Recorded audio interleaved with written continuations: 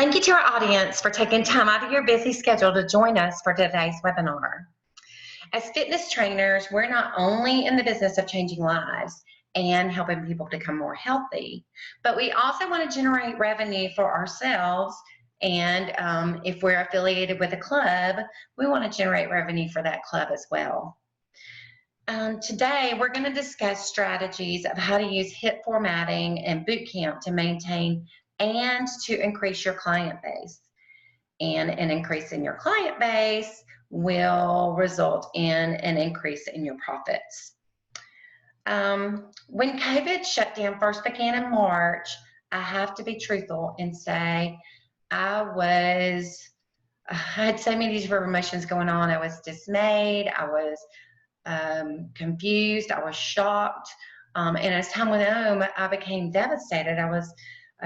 I had put my heart and soul into my business for 15 years, and all of that hard work, I just felt like, oh my gosh, it's just going to go down the tubes. So at one point, I was actually thinking about selling all of my equipment and shutting down our boutique studio. But then one day I started thinking back to an earlier time in my business when my business was just getting off the ground, had not been established for 18 months, and was hit with a catastrophe. And how I overcame that catastrophe, and how I found success with my business even through that hard time. And that catastrophe was Hurricane Katrina. When Hurricane Katrina hit the Gulf Coast in 2005, the facility where I was training and where I did the majority of my group classes was destroyed, all but destroyed, and had to be totally rebuilt. So within the blink of an eye, the place where I worked and generated all of my income, or most of my income, was gone. So I had one of my personal training clients suggest to me that I speak with a dance studio owner in the little small community where I live. I live in a small town on the Gulf Coast, and where I was training was in Mobile, which is a larger city, and I was on the weekly news in the mornings doing fitness tips, and then I was also I wrote for the Mobile Press Register, which is the newspaper for Mobile. I was the fitness expert for the newspaper, so a lot of people in Mobile knew me, and then people in my small town had heard of me, but they didn't really know me. And so I had to start from scratch. Well, one of my personal training clients that lived in my small town asked me if I would do a boot camp for her and two of her friends to get ready to go on a trip, and they wanted to look really good in their bikinis. So I did a boot camp for them, and they worked out with me 5 days a week, and at the end of the boot camp, they had lost fat weight, they had gained lean weight, they were really fit and healthy looking, they had a glow about their face, they were smiling and feeling good, and all three of them went to a party the weekend after boot camp finished. And on Sunday that weekend, my phone started ringing off the hook. I was getting emails from people I didn't know. Now, this is before we had text or social media. So I was getting voicemails, and I was getting emails from people asking, when is your next boot camp?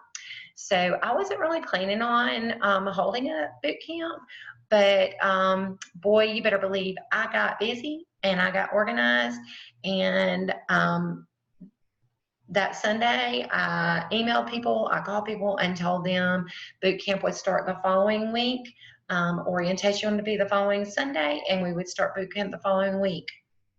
And that is what propelled me into having a successful business. My first boot camp had 35 people in it.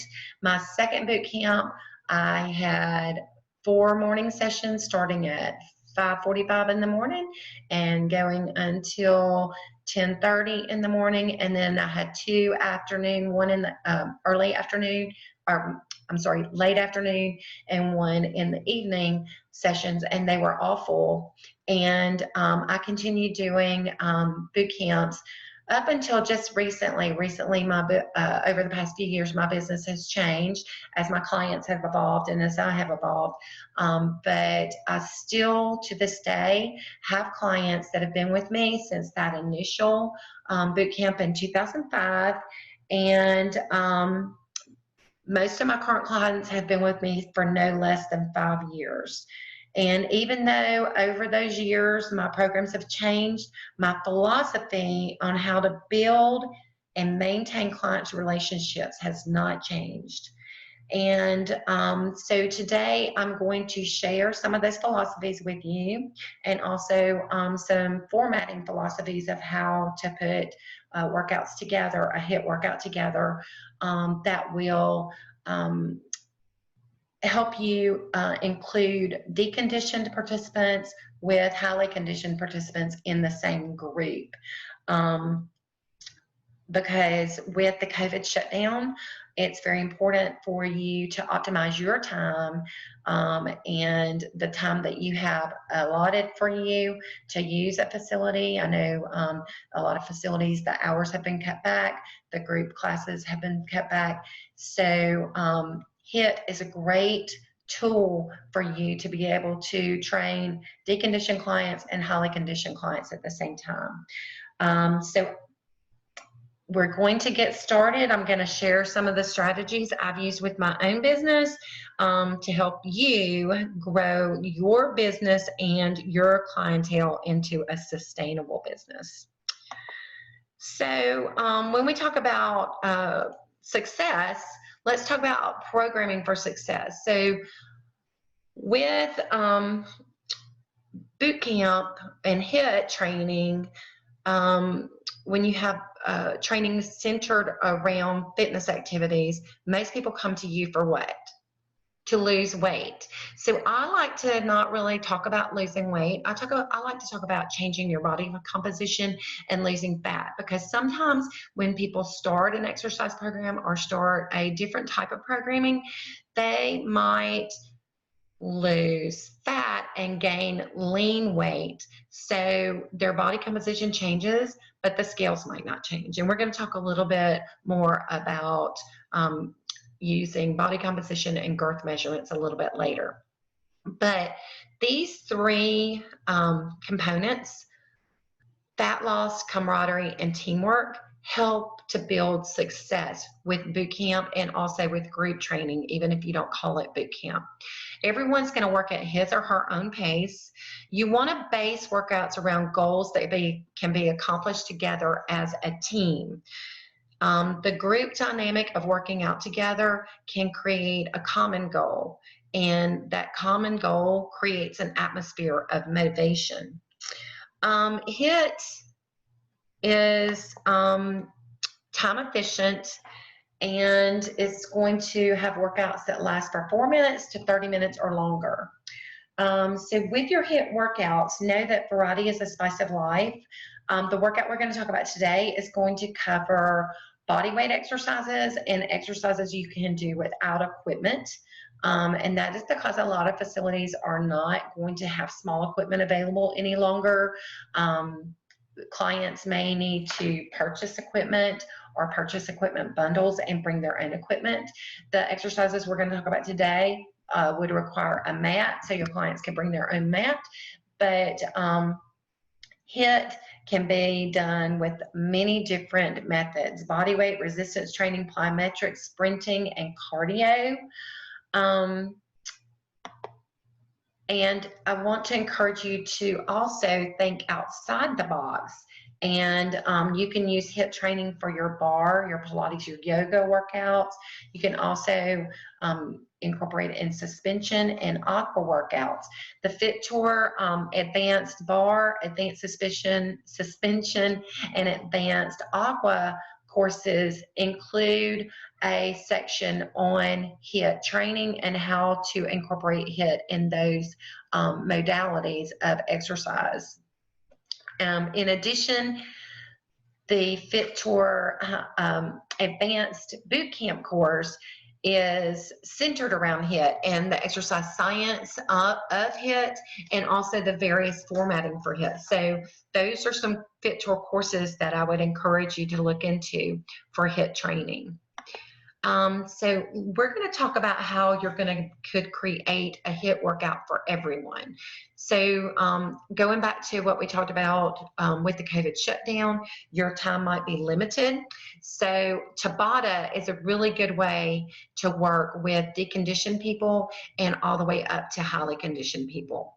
We're going to talk about the beginner 30-minute workout that was done in the FiTOUR Advanced Bootcamp course during the Tabata section of the course.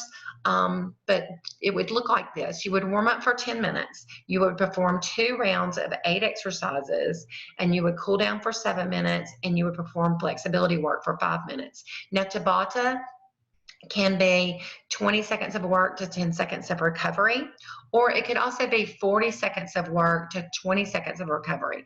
But if you have deconditioned participants, this 20 seconds of work to 10 seconds recovery is going to be much more doable for them than the 40 seconds of work to 20 seconds of recovery is.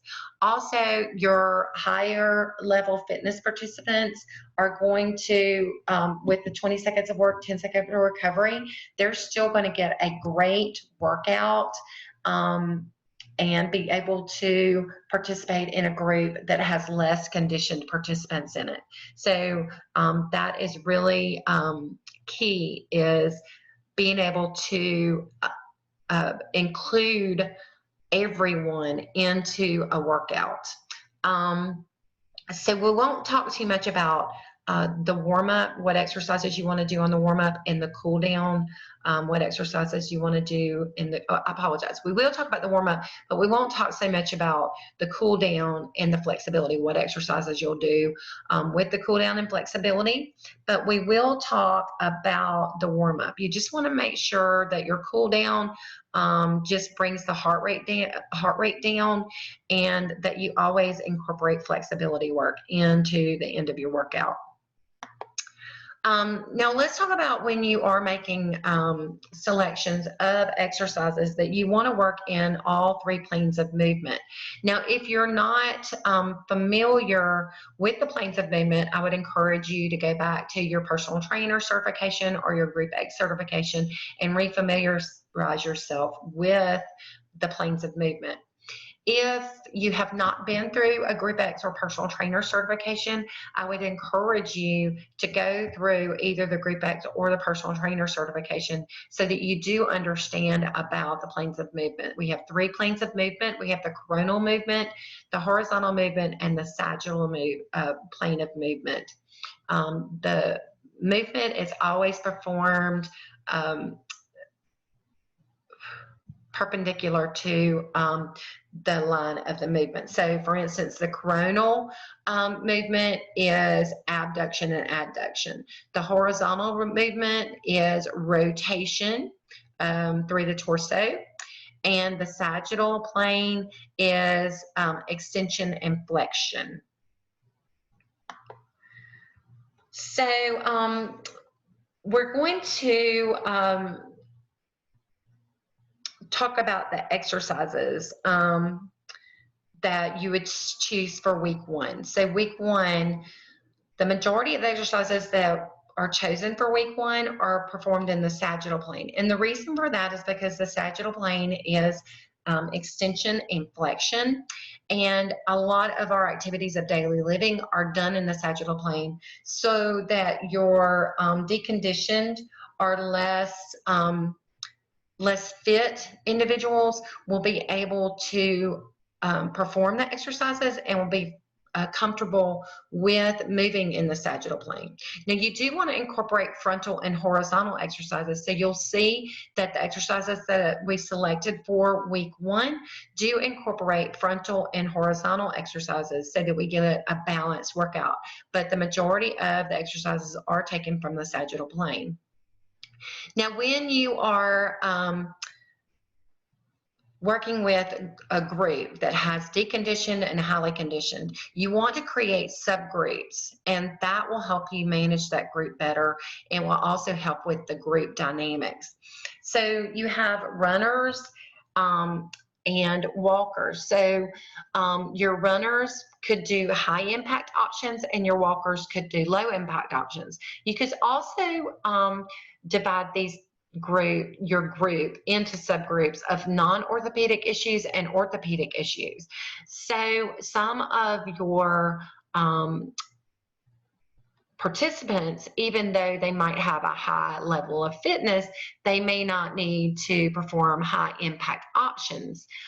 Say for instance, they're over 50, so they might have some issues with their knees or with their hips or with their ankles. So they may not need to do have the impact force that running or high impact would cause them to have, but they might have the same level of fitness that someone in their 20s has.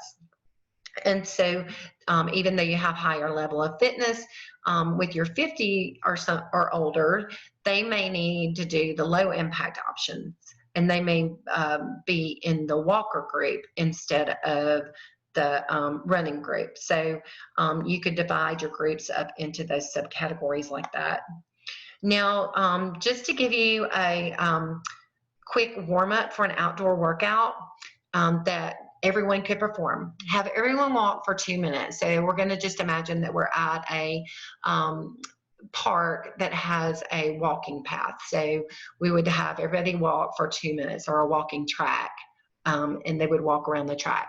Then you would perform rhythmic limbering all as a group together for 2 minutes. Then you could break your group into subgroups and perform each drill that's provided for 2 minutes for 4 minutes total. So the runners would have 2 drills that they would do, and the walkers would have 2 drills. And the drills would be similar in nature as far as the movement goes and the planes of movement, but the impact would be different for the runners and the walkers. So the runners could run for a count of 20 and walk for a count of 10. And the walkers could walk quickly for a count of 20 and walk slowly for a count of 10. So they would do that simultaneously. The runners would run for a count of 20, walk for a count of 10, and the walkers would walk quickly for a count of 20 and walk slowly for a count of 10. So that would be your first 2 minutes. Then your second 2 minutes, the drills would change, and the runners would skip for a count of 20 and perform side shuffles for a count of 10. So they could skip for a count of 20, side shuffle to the right for a count of 10, skip for a count of 20, side shuffle to the left for a count of 10. And then the walkers simultaneously would perform high knees for a count of 20, and then side steps to the right for a count of 10, high knees for a count of 20, and side steps to the left for a count of 10. And they would continuously perform the skips or the high knees and the side shuffles or the side steps for another 2 minutes, and that would give you 4 minutes total for those drills. Now, if you look at the minutes that it would take, 8 minutes of movement plus 2 minutes of introduction and instruction equal 10 minutes for your warm-up. Then let's talk about the exercises. So with week 1 exercise is going to be, the first one is push-ups, and that's going to be performed in the sagittal plane. Then the second exercise is going to be jumping jacks, and that's going to be performed in the frontal plane. So those could be performed either high impact or low impact, where you jacked with 1 foot out at a time. Then the third exercise is going to be crossover crunches, and that is performed in the horizontal plane. So there's a rotation of the torso with the crossover crunches. Then the fourth exercise is plank holds, and that is performed in the sagittal plane. Then our fifth exercise is squats, again performed in the sagittal plane. The sixth exercise is mountain climbers, and that's performed in the sagittal plane. Now, if you had, for instance, someone who did not need to put all that weight on their wrist or their elbows or shoulders, they could do mountain climbers in a vertical fashion where they stood and did high knee lifts instead of being in that horizontal orientation for the mountain climbers. So that's just a little tip there if you have someone who has shoulder issues or issues with their elbows or wrist. The seventh exercise is going to be rear lunges, and that's in the sagittal plane. And then the eighth exercise is going to be horizontal high knee crossovers, which is in the sagittal plane. And I mean, not the sagittal plane, it's in the horizontal plane. And you can see my L got dropped out of my text box, but that's in the horizontal plane. Okay, so that would just give you an idea of exercises, 8 exercises that you can perform 2 rounds of 20 seconds of work, 10 seconds of rest for a total of 8 minutes. Then week 2 exercises, you're going to use the KISS method, K-I-S-S. Keep it sweet and simple. So week 2, you're going to use similar movements, but change the exercises just a little bit so that everything stays the same, but it's a little bit different.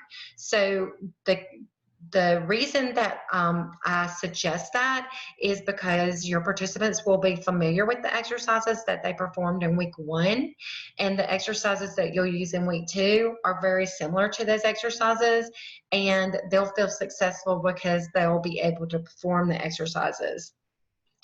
Now, we're going to incorporate more frontal and horizontal movements, and also some multi-plane movements. And another thing that you may want to do in week 2 is reevaluate those subgroups, because some of your participants might have improved their level of cardiorespiratory fitness and their muscular endurance and strength during week 1. So they may fall into a different subgroup.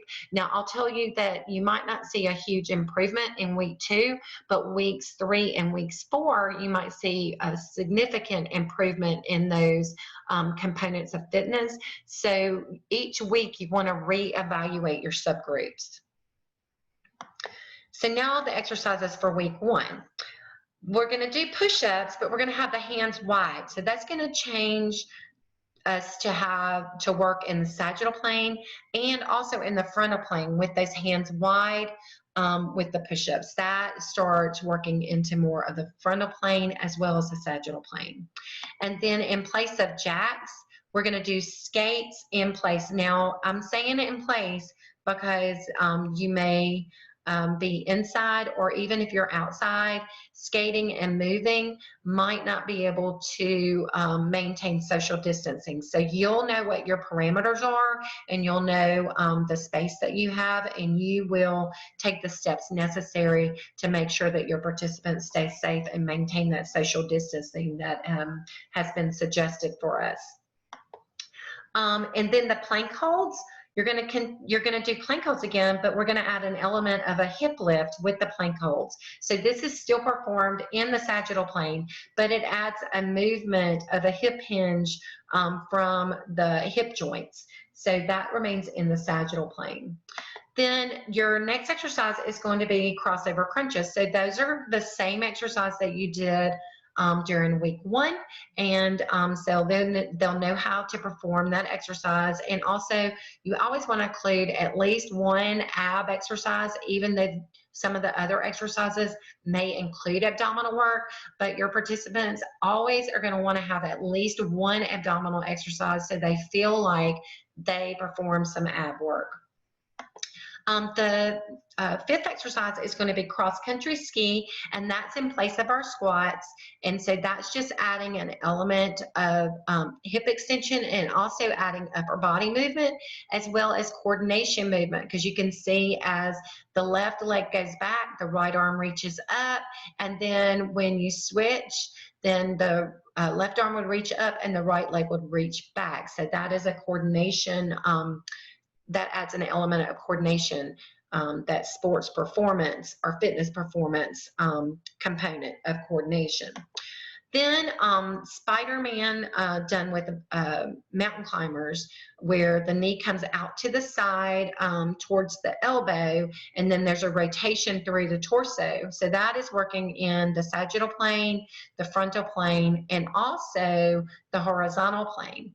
Now, again, talking back about mountain climbers, if your participants do not need to do horizontal work like this due to shoulder, elbow, and wrist issues, they could always do this Spider-Man mountain climber in a vertical manner and just lift the knee out to the side. And then lateral squats, that is going to give you frontal and horizontal, as well as you're going to have a little bit of sagittal too, but you can't see it in this photo, but you would rotate the left elbow towards the right knee as the left leg extends, and then when you switch to the other side, you would rotate in the opposite direction. So that would give you frontal and horizontal. And then the next exercise is going to be high knee crossovers again. However, we're going to a high knee crossover with an ankle tap. So that's going to change the plane of movement a little bit and give us some abduction and some adduction. And also, you're going to reach the arm across, and you'll have some rotation through the torso. So that will give you horizontal movement, and you also have sagittal movement going on in that exercise. So that kind of gives you a week 1, week 2. Now let's look at weeks 3 and 4.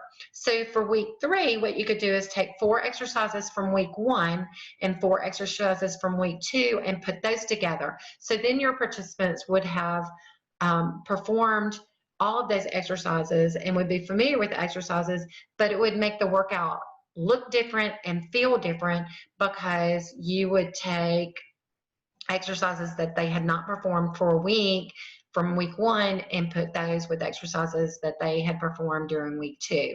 So then week 4, you would just take those unused exercises from week 1 and the unused exercises from week 2 and put those into week 4.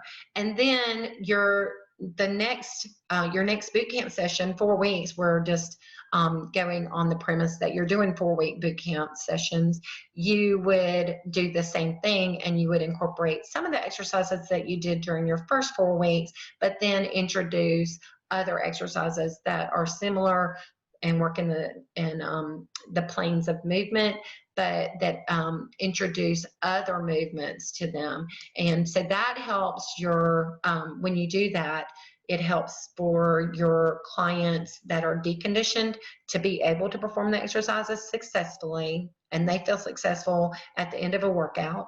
And then it also helps your higher level fitness participants feel like they got a super duper workout and not feel like, oh, well, I'm having to work out with deconditioned people and they're beginners and they're going to hold me back. Because when you put together exercises this way, in a systematic way, then everybody is going to get a good workout, and they're going to get as much out of the program as they put into the program. So into each workout, how much energy they put into each workout is what they're going to get out of that workout.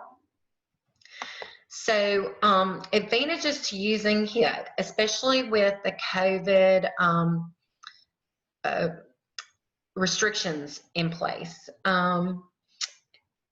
You're going to burn more calories in less time. So research shows us that HIIT can burn 25 to 30% more calories in a short period of time. So your clients are going to get a bigger bang for their buck. You're going to get a bigger bang for your buck, because you're going to be able to schedule more training sessions. You'll be able to schedule 30-minute training sessions, and you'll be able to give your clients a really good workout in 30 minutes and get them out of there, get everything sanitized. If you're in a facility, if you're outside, you're not going to have to worry about sanitization, but you do want to allow time to for your clients to leave and before other clients come. So you might have a 15-minute or a 10-minute space in between appointments to allow your clients to leave before the new clients come, so you don't have a lot of people gathering at the same place. So with that higher calorie burn in less time, then you're going to get success, especially if you use that 30-minute formatting that I gave you. Also with HIIT training, the metabolic rate goes out the roof. And I included this picture of a Thanksgiving turkey because that is a good analogy for you to understand what happens with the core temperature of the body when we perform HIIT. Just like you put your turkey in, you roast it, you take it out of the oven, you let it sit on the counter for a while before you slice it because it's so hot you can't slice it. You have dinner, you clean the kitchen up after dinner, and then you put your hand on the outside of the oven. And well, with today's oven, it might not still be hot, but if you open the oven, it's probably still hot on the inside. But with our ovens of yesteryear, like 20 years ago or 25 years ago, if you put your hand on the outside of the oven, it would still be hot from the heat that was built up in the oven while it was roasting the turkey. So that's a good analogy of what happens to our body with HIIT training, that our metabolism increases for hours after we finish the workout. So the bottom line is more calories are burned even after exercise is completed. So you burn more calories in less time, and then after you complete your exercise session, you continue burning calories for hours after that session. So those are two positives for incorporating HIIT in your training. The next positive is that your body fat will decrease. So research has shown us that HIIT can reduce body fat, but this is the kicker, it has to be combined with steady state cardio exercise. And also research shows us that less conditioned people will experience more significant changes in their body composition than people who are in a higher condition or more highly conditioned with HIIT training. So an example of what to do as far as steady state exercise, for instance, let's just say that you're holding your boot camps 2 days a week. So on the alternate days that your clients are not with you doing boot camp, you would want to encourage them to do steady state cardio exercise for 30 to 60 minutes. Now, research also shows us that our body does not start using fat as an energy source until after 20 minutes of exercise. So I always encourage my clients to perform their steady state cardio for at least 30 minutes so they get 10 minutes of fat burning. If they want to lose more fat, I say go for 45 minutes so that they get 25 minutes of fat burning. And if they are really serious about losing fat more quickly, then I encourage them to go for 60 minutes of cardio rather than 45, so they get a total of 40 minutes of fat burning instead of 25 minutes of fat burning. And that can make a huge difference in their results, especially if they're getting ready for an event that they really want to lose some fat for. So another good benefit is that HIIT is an effective way to lose visceral fat. So you'll see on this graphic that we have, so you have subcutaneous fat that is between the skin and the organs, and then you have the visceral fat that is actually located in the abdominal cavity and surrounds the organs. So that can be very, very unhealthy. And so HIIT can help with people to lose that visceral fat that they may be accumulating in their abdominal cavity. And we know that that is totally very unhealthy. So now let's get down to the meat of the matter, what you really want to know. And that is how to obtain and retain clients to increase your profits and also to create a sustainable business. So you want to take the time to help your clients set their goals. And the FiTOUR Primary Bootcamp course contains great information on goal settings, and it also even has forms that you can use to help your clients with their goal setting. So when we talk about long-term goals, we're going to ask our clients about their satisfaction with their current level of fitness. So it's their own personal satisfaction with what their level of fitness is. And then we're going to help them identify areas of improvement, and then we're going to help them develop a plan of change. And then when we talk about short-term goals, we're going to help them to set short-term goals that are going to help them reach those long-term goals. So you can help them set weekly short-term goals, or you could just have that as part of your boot camp protocol, that this is what we're going to do in boot camp, and this is what you're going to get from me when you work out with me is 2 HIIT workouts a week, and then on the days you're on your own, I want you to do cardio on the days you don't want meet with me. And we're going to encourage them to lose 1 pound a week through exercise adherence and healthy nutrition. So that could be another short-term goal that they set, that they are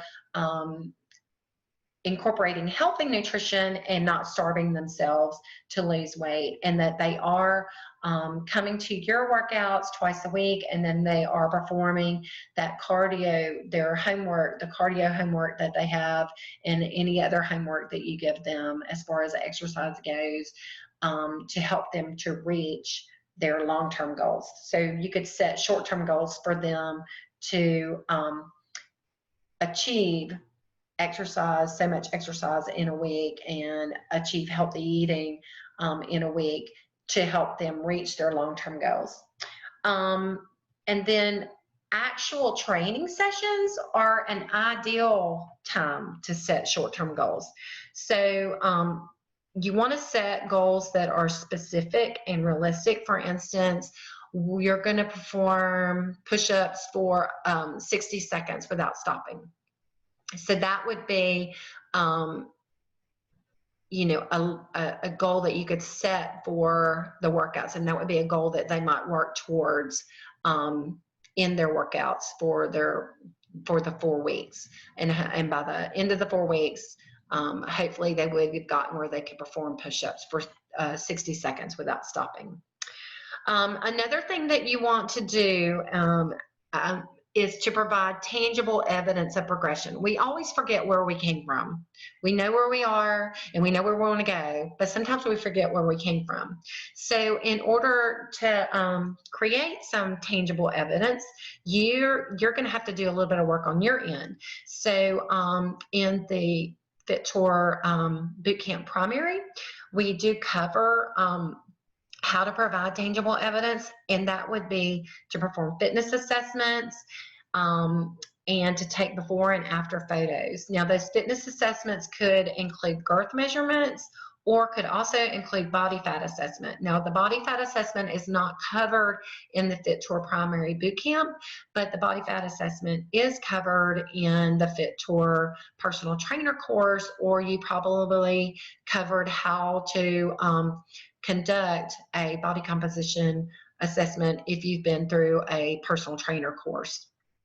I prefer using body fat assessments and girth measurements rather than weight, because we talked about the fact that the body loses fat, or the body gains muscle at a faster rate than it loses fat. So sometimes the scales cannot tell the whole story, and it can actually be demotivating for people to gain weight after they've been working out really hard for, say, 2 weeks. They might get on the scale and they gain weight. So I prefer doing body girth measurements or body composition. Now, when you talk about tangible evidence of progression, you want to make sure that you keep records. So you want to create client files and file away their registration form, their consent, their assessments, their photos, and also keep workout files. If you're a personal trainer, keep workout files on your clients. If you're Group X or small group trainer, keep workout files for each group that you work with so that you can go back and see what you did, say 12 weeks ago or 5 years ago or 10 years ago, or like me, 15 years ago. And then another part of retaining clients and increasing your client base is to provide support to your clients. Let your clients know that you really, really care about them, and you're not just working with them to get their money. Okay, so that's very important, to be genuine and be sincere in your approach to them, so that they know that you really do care with them. So you will want to follow up with them, you want to maintain contact, and you want to stay real. Like, just be a real person with them, and no fake with them. So follow up after their first workout. Contact a client within 1 day after their first workout. Ask them, how are they feeling? Thanks for joining us. Do you have any questions? I'm looking forward to seeing you the next workout. If you have clients that drop out for whatever reason, maintain contact with them. Set aside a time once a month to contact clients that haven't worked out with you in a while, and just send them an email or drop them a text and say, hey, I was just thinking about you, just checking in, miss you. I hope everything's going well. And, I hope to talk to you soon. Always be sincere with them. And that will help you to maintain your client base. You want to also really build a relationship of trust. Listen to your clients, give attention to them, and care for them. So when we talk about listen, sometimes we think, well, I just need to listen to them when I'm meeting with them one-on-one. But if you listen and pay attention during training sessions, especially if it's in a group, if it's one-on-one, it's a little easier to give them attention and care. But if you're working with groups like small groups or large groups, listen up during the training session, and you might hear something that someone says to another client of what's going on. So for instance, an example of that would be, we'll say Susie and Julie are working out close to each other, and Susie tells Julie, I'm so worried about my mom. She fell and she's, broke her hip, and she's finishing up a rehab for her hip, and she's going to have to go into assisted living and not be able to go back home. And, I've just been so worried about her. Well, you might not know that what's going on.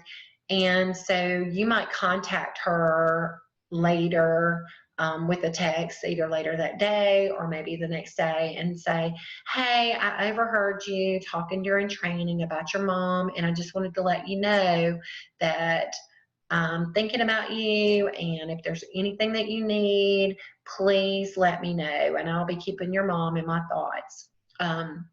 So that's listening, and that's building a relationship with that person. It's outside of just your training relationship. So it's building a personal relationship. So that's just an example of one way that you could, listening can help to build a relationship of trust with your clients. So we already talked about contacting through email, text, and messaging. And then you want to show your clients that you care for them, and nurture them through positive messages and reinforcement. And always be consistent with your messaging.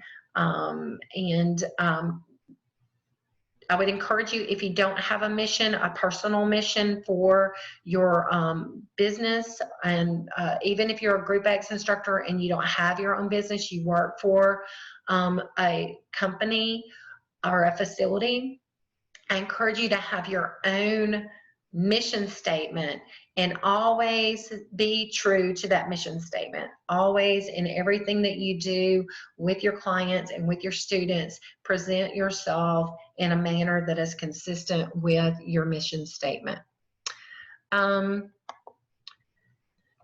So as we come to our conclusion, we'll just talk about high intensity interval training. So we know that it is very effective for weight loss and improved body composition, but HIIT training has also been shown to have positive effect on overall health. So that's another plus to using HIIT training in your formatting. People will see an improvement in their heart rate and their blood pressure levels. And HIIT also can help with lowering blood sugar and improve insulin sensitivity. In addition to that, HIIT can help to improve cardiorespiratory fitness. And so cardiorespiratory fitness is very, very important. We, we think about, well, working out in the weight room works our muscles and increases our muscle endurance and strength. And your organs, your heart and lungs are also muscles. And so you want to exercise those muscles as well. So if you encourage your participants to do their HIIT training with you twice a week, and then steady state cardio 3 days a week, or they could even do 5 days a week of steady state cardio, that's going to help with their cardiorespiratory fitness and help them to be healthier. Boot camp, just as we close, boot camp will always hold a near and dear place in my heart. It proved very successful for me when my business was hit back in 2005 with an unseen roadblock that seemed impassable. And I just want to encourage you that boot camp formatting can help you get through the obstacles that have arisen for you with the pandemic. And I want to encourage you to stay steadfast in your purpose and not to lose sight of how important it is for you that you do what you do. We as fitness trainers are an important part of the health of so many people. And I hope you take the strategies that we talked about today and couple them with the information that you have from your other education that you've been through. And I encourage you, if you haven't been through the FiTOUR Bootcamp Primary and Bootcamp Advanced courses, I encourage you to look into those courses and go through those courses to help grow your client base and to increase your income and to create, the most important thing, positive change with your clients. And when you create positive change in other people, they create positive change in other people. And it's just snowball effect so that we have positive change being created throughout the world. Thank you for joining us for this free FiTOUR webinar, and I hope to see you soon.